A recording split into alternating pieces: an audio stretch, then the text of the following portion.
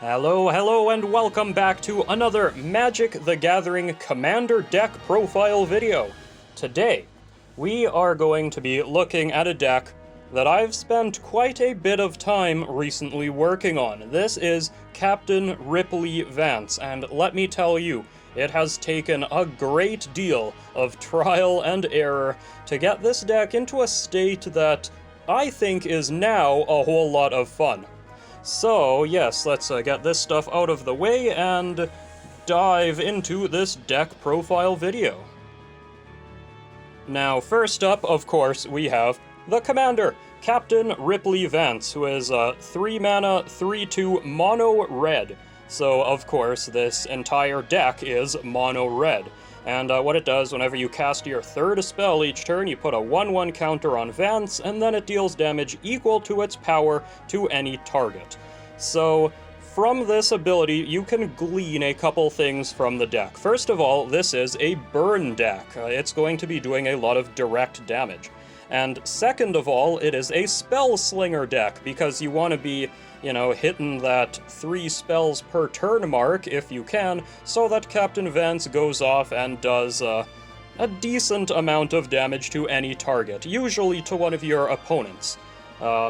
Starting off at 3 power, but then you get that 1/1 counter right away, so the first time it triggers, it will at least be doing 4 damage to something, and that's a decent chunk right there, but there are naturally ways to power up Captain Vance to do more and more damage as the turns go on. So my goal with this deck was to make it feel like a bombardment that would make Captain Vance proud. So these are my sort of bombardment creatures and artifacts, things that do the bulk of the damage in this deck. Captain Vance does trigger once per turn, but these trigger a whole lot more than that. So we start off with the electrostatic field. Whenever you cast an instant or sorcery, it deals 1 damage to each opponent. Hey, there you go. That is 1 damage each. Kessig Fire Breather, exactly the same, except this one's non-creature spells, so it works with the artifacts too. But again, 1 damage to each opponent. And Firebrand Archer, yeah, non-creature spell, 1 damage to each opponent. I think you see where this is going by now. And Gutter Snipe, whenever you cast instant or sorcery, it does 2 damage to each opponent. Yeah, this one, 2 damage doesn't seem like a lot, but trust me, it adds up real fast, and this does become a problem that your opponents need to deal with. And then at the end of all of this, we have the Aetherflux Reservoir, which is the big nuke itself. Whenever you cast a spell, any spell, you gain a life for each spell that you've cast this turn. Perfect in a spell slinger deck like this. But you can pay 50 life to do 50 damage to any target, and 50 damage is usually enough to knock somebody out of the game. So if you're casting a lot of spells and gaining a lot of life, sooner or later you're going to hit that 50 mark, and then things get explosive. You may be wondering how you are casting so many spells. After all, is mana not an issue? Well, it kind of isn't, depending on what you have in play. So we've got some more creatures here. We've mostly been looking at creatures so far. Trust me, there are instants and sorceries in this deck too. But these creatures are not so important for their stats as they are for the utility that they provide to what you're trying to do, which is why I haven't been dwelling too much on what their power and toughness is, because you typically don't want to be attacking or blocking with creatures like Runaway Steamkin. So how this works, whenever you cast a red spell, you put a 1/1 counter on it, and you can remove 3 1/1 counters to add triple red to your mana pool. So eventually, this doesn't happen instantly, you have to cast those 3 spells first, but it does allow you to just continue casting spells, provided you have enough to constantly trigger this 1/1 counter and removing for mana. Then we have Burgi, the God of Storytelling. This one does give you the mana right away. Whenever you cast a spell, you just add red, so it kind of provides a bit of a discount on every spell that you cast. The boasting effect is irrelevant in this deck. It also, it flips over into something that can, like, exile cards, and you can play the exiled cards, but typically you're just using Birgi as Birgi.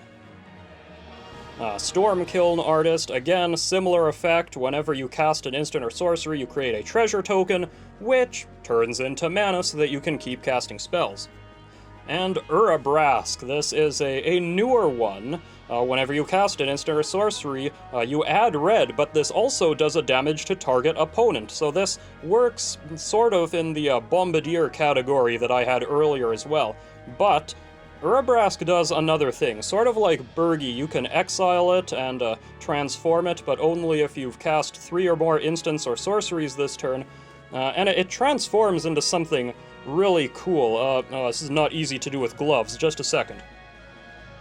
Okay, so Urabrask transforms into the Great Work, which is a saga. And it does a bunch of stuff. First, it does 3 damage to an opponent and all their creatures. Second, it creates 3 treasure tokens, which will be useful later. But then third, this is the big one. It allows you to cast instants and sorceries from any graveyard. So it lets you recycle all of the stuff that you've already cast, which is extremely helpful. And it also transforms itself back into Urabrask so that you can chain through all of those spells just that much easier. Yeah, it is a very good idea to transform Urabrask if you think you can get away with it. And while I was at it, I also transformed Birgi into the Harnfell Horn of Bounty. Yeah, discard a card, exile the top 2 cards of your library, and you can play them this turn. Usually, this is 5 mana by the way, this is kind of expensive. Usually Birgi is the better card to go into, but if you're really desperate to get some exile card draw, some impulse draw, then the Horn of Bounty is not bad. It is kind of tempting to go into it sometimes. And with that, we can finish off our creature collection here with just a handful of other creatures that go well with spell-slinging strategies, like the Vindictive Flamestoker. Whenever you cast a non-creature spell, you put an oil counter on it, and then you can pay a whole heap of mana to discard your hand and draw 4 cards. However, that amount of mana is reduced for every oil counter on it, so eventually this becomes like a 1 mana draw 4, because surely by then you don't have anything in your hand anyway. This is a great 1-drop, very good to get into play early. Young Pyromancer is another classic spell-slinger card. Whenever you cast an instant or sorcery, you make an elemental token. It's good to just build up a bit of a board. Izzet Chemister is a personal favorite of mine. I really like this card. It exiles instants or sorceries from your graveyard, and then you can sacrifice the Chemister to cast all of those cards that you exiled with it for free. So, another way to sort of recycle cards that you've already used. Eventually, though, this does become a big target for the opponent, so maybe you don't want to go too crazy with it if you can't protect it somehow, or at least leave that mana up. And finally, we have the Bedlam Reveler, which is very similar to the Flamestoker, except this one just costs less for each instant and sorcery in your graveyard, so eventually it goes down to 2 red mana. When it enters the battlefield, you discard your hand and draw 3 cards. It also has Prowess, in case that ever becomes relevant. And that takes us to the bulk of the deck. These are the instants or sorceries, or some of them anyway. There's actually even more than this. So, these cards that I hold here are all draw spells, or impulse draw effects, just ways to churn through your deck cheaply and efficiently. So we'll start with the impulse effects. So rob the archives here, 2 mana, exile the top 2 cards of your library, you can play them this turn, and it has casualty 1, so you can copy it by sacrificing a creature. There's a lot of cards though that impulse for 2 cards. Some of them you can only play this turn, some of them you actually can wait until your next turn, so always keep that in mind when playing these. Reckless Impulse, 2 cards till end of your next turn. Yeah, there you go. Wren's Resolve, 2 cards until the end of your next turn. Light Up the Stage, 2 cards until the end of your next turn. This one's cool though because it has Spectacle. So if something like, say, Captain Vance or Gutter Snipe or what have you does damage to your opponent, you can play this for only 1 mana, which is a great deal. What else do we have? Act on Impulse. There it is, the original one, and probably one of the worst ones, but it is still pretty good, honestly, especially in this deck.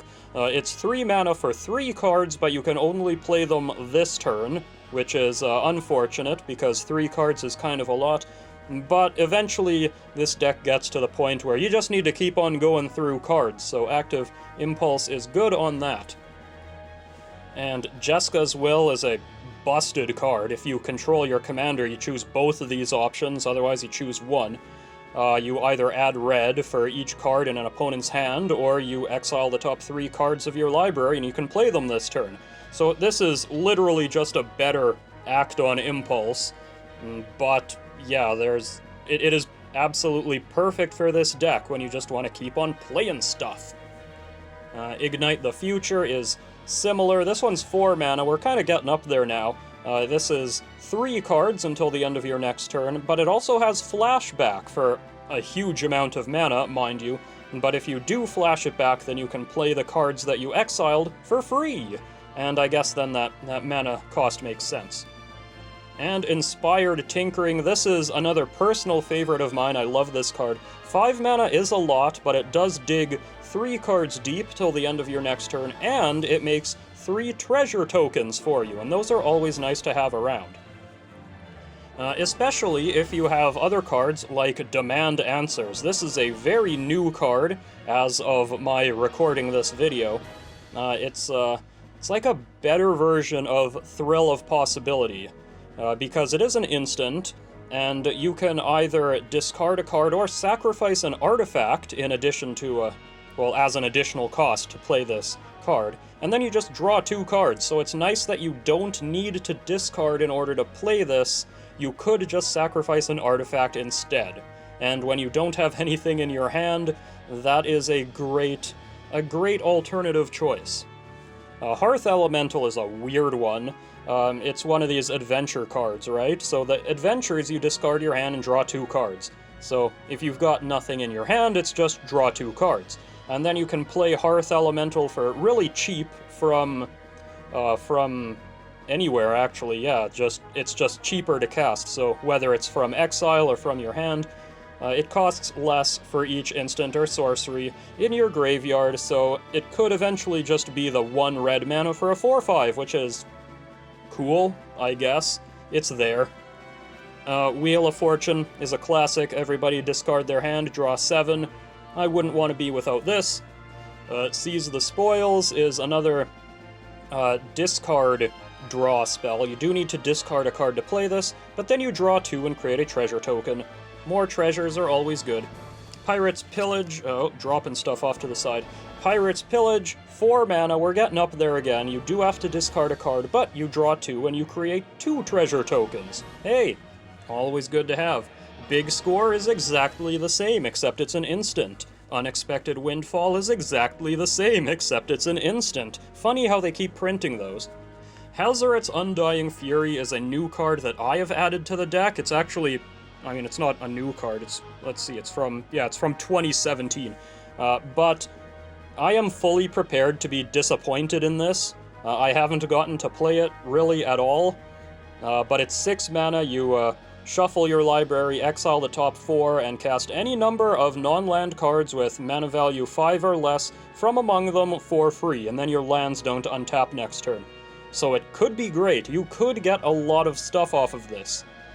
Or it could be a total whiff and then you look like a fool. I feel like you will look like a fool more often than not when you play this card, but I still need to see it for myself. So for now it's in the deck. It does seem like a really fun card, at least.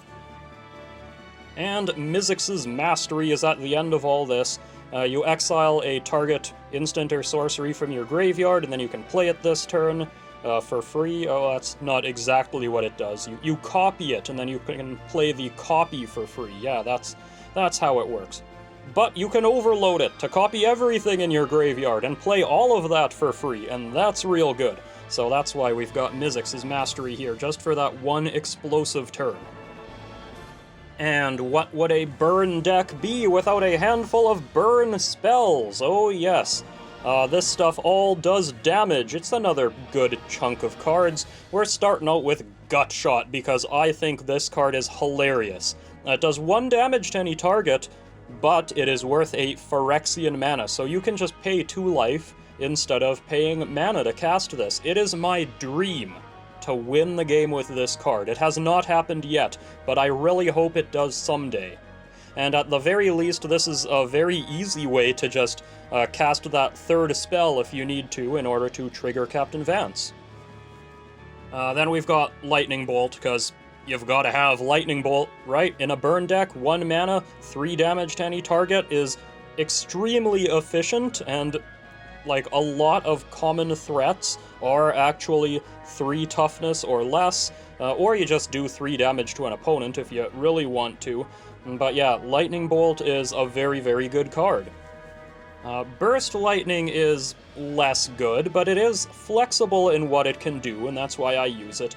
It's either 1 mana for 2 damage, so it's a worse Lightning Bolt, or you can just pour in 4 extra mana, and then it does 4 damage to something instead. So it could be a big Lightning Bolt if you have a lot of mana to play it.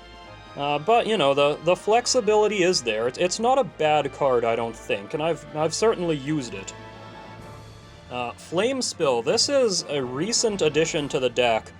I didn't know that this card existed until I eventually just found it by chance, and it is really cool, actually. It's 3 mana, it does 4 damage to a creature, but then the excess damage is dealt to that creature's controller, so it does, it tramples over. It is an instant with trample, sort of, which is a neat ability to have on, like, removal of this nature. Slaying Fire is another interesting one. It does 3 damage for 3 mana, but if all of that mana is red, then it does 4 damage instead, and 3 mana for 4 damage seems to be the going rate for this sort of thing, so it's not bad. It's pretty cool. I like it. Nahiri's Warcrafting is another interesting bit of removal, because it does 5 damage to a creature, and this can only target creatures. But then, if it deals excess damage, you look at the top X cards of your library, where X is that excess damage, and then you exile one of those cards and you can play it this turn. So it also kind of allows you to extend your plays, what you're doing. It's nice to have, really is. Stoke the Flames is another just straight-up burn spell, 4 damage to any target, but it has Convoke. So this 4 mana could actually, well, in theory it could be 0. It could be 4 damage for free. Sounds good. Chandra's Ignition is like a... It's a win condition, honestly, if you can get Captain Vance big enough. Target creature deals damage equal to its power to each other creature and each opponent.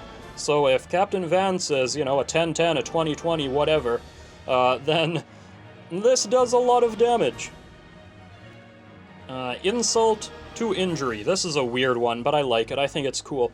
When you cast Insult, then damage can't be prevented this turn, and if a source would do damage, it does double that damage instead. So this just, yeah, it doubles all of your burn stuff.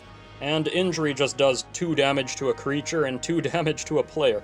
That's less interesting, but it's something that you can cast from the graveyard, which is important when you run out of stuff in your hand. And Virtue of Courage. Yeah, this is another adventure. The Embereth Blaze just does 2 damage to any target, just a not great burn spell for 2 mana. But the Virtue itself, this is a weird one. I have mixed feelings about it, honestly. It has been good, other times it has not been. But when a source you control does non-combat damage to an opponent, you exile that many cards from the top of your library and you can play them this turn. So it certainly allows your plays to continue, or you can, you know, you could deck yourself out if your Gutter Snipe is really going crazy. I guess it does say you may exile them, so you don't have to do that, but let's be real, you're going to do it every time just to see what's on top of your library. to finish off our spells, our instants and sorceries, we do have another small pile of just removal, just destruction removal or something similar. So we start out with Vandal Blast, a commander staple. Destroy target artifact you don't control, or overload it to destroy all of the artifacts you don't control. Very good card. Tybalt's Trickery. Yeah, this is the red counter spell that it makes for some funny plays. It really does. Honestly, sometimes you use this on your own stuff. Because you counter a spell, then you mill 1, 2, or 3 cards at random, and then you exile from the top of, well, the player whose spell was countered exiles from the top of their library till they exile a non-land card with a different name than the countered spell, and then they can cast it for free. So, if you're really out of stuff to do, you can play something dumb and just counter it yourself in hopes that you'll flip into something better.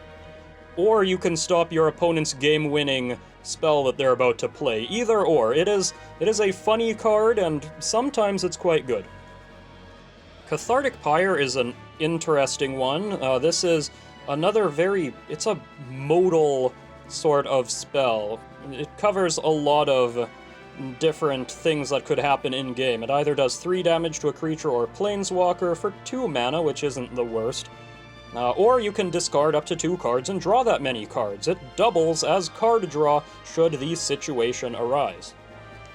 Abrade is, again, you've got options here. 3 damage to a creature or destroy target artifact. Nice to have. Wild Magic Surge. So we saw Tybalt's Trickery have a bit of weird, zany randomness to it. Wild Magic Surge is the same. You destroy a permanent an opponent controls. They can't use this on your own stuff, unfortunately. And then its controller reveals from the top of their library till they reveal a permanent card that shares a type with that permanent, and they put it onto the battlefield. So they do get something for free, but you got rid of what you wanted to, right? And hopefully that was worth it. Zoyoa's Justice, same idea. Well, this one doesn't actually destroy, does it? No, the owner of an artifact or creature with mana value 1 or greater shuffles it into their library, and then they discover X, where X is that card's mana value.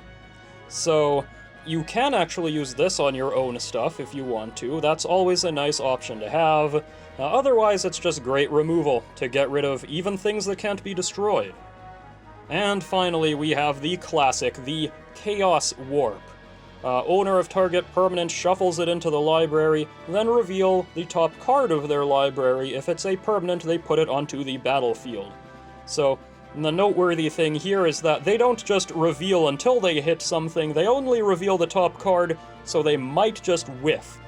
Which is the dream if you use this on your opponent's troublesome permanent. If you use it on your own thing out of desperation and then whiff, well, yeah. That happened, and you are the laughingstock of the table. And Fiery Confluence here is the final little bit of removal. Lots of options here. Choose 3. You can choose the same mode more than once. Does 1 damage to each creature, 2 to each opponent, or destroy target artifact. So, this doing 6 damage to each opponent is not the worst choice, honestly, or you can just ping a bunch of small creatures or destroy a bunch of artifacts. It does a lot of things. 4 mana is not a huge investment into that, so I do think that this is worth running. I do also have a couple Planeswalkers in this deck, and they both happen to be Chandras. We've got Chandra Dressed to Kill for 3 mana, which is kind of cheap, really. She adds mana, but she also exiles the top card of your library, and you can play it if it's red. Her -7 does something, although it's never going to get to 7. Exile the top 5 cards of your library. You can cast red spells from among them, and you get an emblem. Whenever you cast a red spell, it does X damage to any target, where X is the amount of mana spent to cast that spell. So, I mean, if you get her to 7, that is a win condition. But usually, she's just there to give you extra impulse draw or to add mana. And that is very similar with Chandra Torch of Defiance, who has a lot of abilities, 4 mana. 4 mana for 4 abilities isn't the worst thing. She also does the impulse draw thing, but if you don't play that spell, then she does 2 damage to each opponent, which is nice. It's something. She also adds double red, so could get an instant rebate on this Planeswalker. Or she does 4 damage to a creature, or you can get an emblem with whenever you cast a spell, it does 5 damage to any target. Hey, what do you know? It's another win condition emblem if you can get there, which it's not going to happen. Don't count on it. And with that, we are approaching the end of the deck, so let's get into some artifacts, specifically equipment. Now, all of the equipment in this deck is designed to keep Captain Vance alive, but also to increase her power so that when her ability does trigger that 1 time per turn, it does a bit more. It does something extra. So Commander's Plate is 1 to play, very cheap. It equips to your commander for 3, which is, again, fairly cheap actually for what it does. The equipped creature gets +3/+3 and protection from all colors that are not in your commander's color identity. So, for Captain Vance, that means that she would get +3/+3 and protection from non-red. If your opponent is not playing a red deck, that means that there's very little that they can do about her at that point. Shadow Spear here. Okay, I guess this one doesn't really protect Captain Vance, but it still has some very useful abilities. 1 to play, 2 to equip, very cheap. There's a lot of cheap spells in this deck, because you want to be playing, many per turn. The equipped creature gets +1/+1, has Trample, which is great for Captain Vance, and Lifelink, which is great for Captain Vance. And for 1 mana, you can make your opponent's permanents lose hexproof and indestructible until end of turn. So then you can, target them either with Captain Vance's ability or with your other burn spells. A very useful ability to have. Commander's Helm, 3 to play, 1 to equip, but it gives the equipped creature +2/+2, and as long as it's legendary, it has hexproof. So, again, more power and a bit of protection there. And the Hammer of Nazan is finishing up this pile. 4 to play, it's kind of big. 4 to equip is kind of expensive, but when it enters the battlefield, it does equip automatically. So that is very, very helpful. And it also makes your other equipment equip automatically, I think. Whenever Hammer of Nazan or another equipment enters, attach it to a creature you control. So it's nice to have out, but it does give the equipped creature +2/+0 and indestructible. So once again, just stacking that power alongside the protection effects. Which leaves only the mana, the deck's mana base, and yeah, there's a decent amount of it. Most of it, again, is very cheap to play. I mean, Sol Ring is in every deck, right? But 1 to play adds 2 colorless mana. There's not much reason to not use this unless you're really going for some niche cases. The Ore-Rich Stalactite, this is a cool one. I really like this card. It's 2 mana to play. It taps for a red that you can only use on an instant or sorcery. So it's pretty efficient at 2 mana, but it also crafts with a bunch of instants and sorceries. And, another card that I've got to flip. Darn it, just a second. Here we go. Once it has been crafted, it becomes the Cosmium Catalyst, which chooses one of the cards that you exiled to make it at random, and you can play that card without paying its mana cost. So once again, this is a way to just recycle whatever you've already used, and it is a lot of fun to just dump all of your used instants and sorceries into this thing, and just keep on spinning the wheel to see what you get every turn. I don't know if it's a good idea to do that, but it is a lot of fun, and that's what matters. We have the Ruby Medallion here. It makes your red spells cost 1 less to play. Well, guess what? Most of these spells are, in fact, red in this deck. So this does a ton of work, and it really makes it easier to just chain through a bunch of spells. Arcane Signet, 2 mana, taps for mana of any color in your commander's color identity. What matters is that it's only 2 to play, so it's cheap and it works right away. Mind Stone, same thing, except you can sacrifice it to draw a card, which is always nice, and especially in this deck, when you go through your hand super fast, it becomes just that much more valuable. The Iron Crag is an interesting one. I really like this card. It's 2 to play, it taps for colorless, so again, it's efficient, but when a legendary creature enters under your control, you can make this thing cease to be a mana rock, and it turns into an equipment that gives +3/+3 instead. So when you play Captain Vance, you could just use this to power her up, probably next turn, it's 3 to equip. But you can just use this to power her up, and then that's some free stat buffs right there.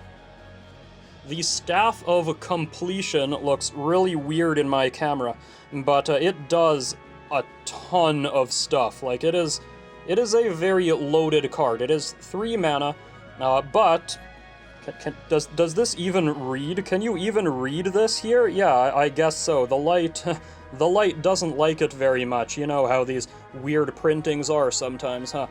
But it destroys a permanent that you own, or it adds mana, or you proliferate, or you draw a card, or you can untap it. It does so much. It is pretty much always worth your while to get this into play if you can, especially just drawing cards off of it. It's huge, really. Primal Amulet. Now this is another interesting one. Because it makes your instants and sorceries less, which is great, but when you cast enough of them, then it flips into a land that, when used to cast a spell, it copies that, instant or sorcery. It copies that instant or sorcery. So that's a cool way to get some extra use out of your draw spells. Pyromancer's Goggles is a similar ability. It taps for red, and when used to cast a red instant or sorcery, it copies that spell. Good thing all the instants and sorceries are red. 5 mana is a lot, though, so sometimes you just aren't in the position to play this card. But if you can, it's real good. And finally, the Throne of Eldraine. This is a pretty busted mana rock, honestly. Like, 5 mana is a lot. However, when it comes in, you choose a color. Red. And then it taps for 4 mana of that chosen color that can only be used to cast mono-colored spells of that color. So it's worth 5 to play, but it immediately taps for 4, so it's kind of like it's only worth 1. You can also tap 3 and tap it to draw 2 cards, but you can only use mana of that color to activate this ability, so it even draws you cards. It does a lot of things. This is another one of those cards that you really want to get into play if you can. Like, it is something that you want to try to do. And before we get into the true, proper lands, we've got a few of these flip lands. They all just flip into things that tap for red. Spikefield Hazard is an instant that does a damage to something. Hey, gotta have these extra spells in your deck. Kazul's Fury is like a fling. You sacrifice a creature and it does that much damage to something equal to its power. Valakut Awakening is a very good card that should really be in like any deck that can use it. It is quite useful. It's an instant too. You just put cards from your hand on the bottom of your library, draw that many +1, so it sort of cycles through your hand. And then Shatterskull Smashing is the mythic rare card of this type. So at least the land that it turns into, if you pay 3 life, can enter untapped. These other ones all enter tapped, which is a shame, but that's the price you pay for having extra spells. Shatterskull Smashing can be untapped if you really need it to be. But the spell side of it just does X damage, divided as you choose among up to 2 target creatures or planeswalkers. And if X is 6 or more, it does double that much instead. So it's a shame that this doesn't hit players, but it's still pretty decent removal considering it's stapled onto the back of a land card. Which brings us, finally, at long last, to this pile of lands that I use in this deck. Being a monocolored deck, it does kind of open the doors to use some cool stuff that maybe you wouldn't use otherwise in a multicolored deck. So let's see what we got. First of all, there's some interesting red lands, like Valakut, which is a classic. If you've got enough mountains, I think 5 mountains, right? Yeah, at least 5 mountains. When a mountain comes into play, then it does 3 damage to any target. So some decks would use this as a win condition. I don't, because I don't have a good way to get this into play. But it's there, it taps for red, and it gives you a bit of extra value on your mountains. Ramanap Ruins is a desert, that you can sacrifice a desert to do 2 damage to each opponent. Sometimes maybe you just need a bit of extra damage, right? Spine Rock Knoll, this is a hideaway land, so you look at the top 4 cards of your library and exile 1 underneath Spine Rock Knoll, and put the rest on the bottom of your library. But you can play the card that you exiled with this as long as an opponent was dealt 7 or more damage this turn, yeah. So you can sometimes get some really cool stuff for free by using this hideaway ability. Other times you just get something silly, but you know what? That's all in good fun. Castle Embereth is, it's not great, but whatever. It taps for red, and it can give your creatures +1/+0. Yeah. And then, Sokenzan, the Crucible of Defiance. It taps for red, or you can discard it to make a couple spirit creature tokens. Yeah, really scraping the bottom of the barrel for these abilities here, but it does something, and that's what's important. We've also got Ancient Tomb, Temple of the False God. I use these in every deck. They tap for 2 colorless mana. It's a great way to get a little bit ahead. Ancient Tomb does damage to you when you use its ability, and Temple of the False God doesn't work unless you have 5 or more lands in total, so just, keep that in mind. Then we've got a few lands that also act as removal. So we've got Scavenger Grounds, which is a very useful card, and it's colorless, so this can go into any deck, and I do recommend using this, because you can sacrifice a desert, which it is itself a desert. You can use itself to exile all cards from all graveyards. This instantly shuts down graveyard strategies. Not bad. Demolition Field is a cool one. A 2 mana tap, sacrifice this, destroy a non-basic land an opponent controls, and then you and your opponent each get to search for a basic land to replace that card. So you get a land, your opponent gets a land, and you lose this one, and your opponent loses whatever you destroyed. So it's all very fair and nice. This is a fair and nice way to do land destruction, which people typically hate. And Blast Zone. It comes into play with a charge counter, and you can put more charge counters on it, or sacrifice it to destroy all non-land permanents with converted mana cost equal to the number of charge counters. So this actually, like 2 or 3 charge counters, often hits a lot of things. It's not a bad idea to just sit on Blast Zone for a while. And here we have a few lands that put 1/1 counters on things, specifically on Captain Vance, really, that's what you want to do. Opal Palace, whenever you cast your commander with this mana, it enters with 1/1 counters equal to the number of times it's been cast from the command zone this game. So, 1 or 2 or 3, whatever, it makes Captain Vance a little bigger. Tyrite Sanctum puts 1/1 counters on something and turns it into a god, a legendary creature actually, and turns it into a god, and you can sacrifice this to put an indestructible counter on a god. So yes, Captain Vance can in fact ascend to godhood in this deck. And Hall of the Oracles puts a 1/1 counter on something for free, well just for tapping it, but you have to cast an instant or sorcery this turn.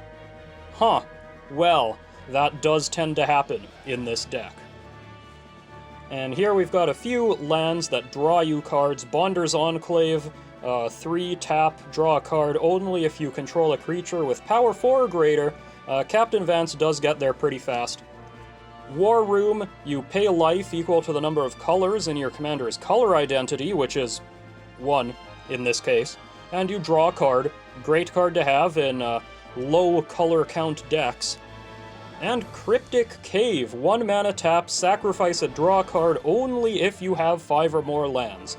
So by the end of the game, when 1 colorless mana might not help you that much, you can instead just use this to draw a card. And speaking of using your lands like that to draw cards, I do use these cycling lands. We've got Forgotten Cave, we've got Smoldering Crater, we've got Desert of the Fervent. Typically I wouldn't want all of these lands that enter tapped, that's pretty bad. But this deck does churn through all of your cards really quickly, so hopefully you've got better lands to actually play, and you're only playing these as a last resort. And you can instead use them in the late game to cycle and draw something better. And then we've got mountains. We've got a whole range of mountains. In fact, I have 12 of them in this deck. This one is in fact snow-covered. That has no meaning to what this deck is trying to do. So yeah, we got 12 mountains, and that brings me to the end of the main look at this deck. Now I'm just gonna switch over to an overhead view, and we're gonna take a look at how you might play this deck and some of its synergies.